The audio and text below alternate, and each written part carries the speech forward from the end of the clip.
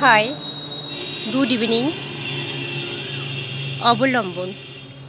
মানুষ কখনো একা একা বেঁচে থাকতে পারে না, তাকে কিছু না কিছু অবলম্বন করেই বেঁচে থাকতে পারে।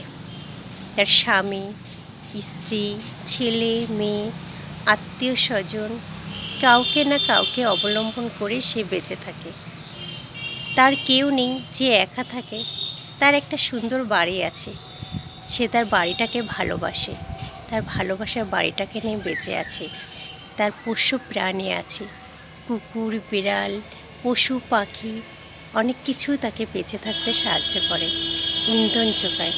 তার একটা সুন্দর সবজি বাগান থাকতে পারে, তার একটা ফুলের বাগান থাকতে পারে, তার একটা ফলের বাগান থাকতে পারে।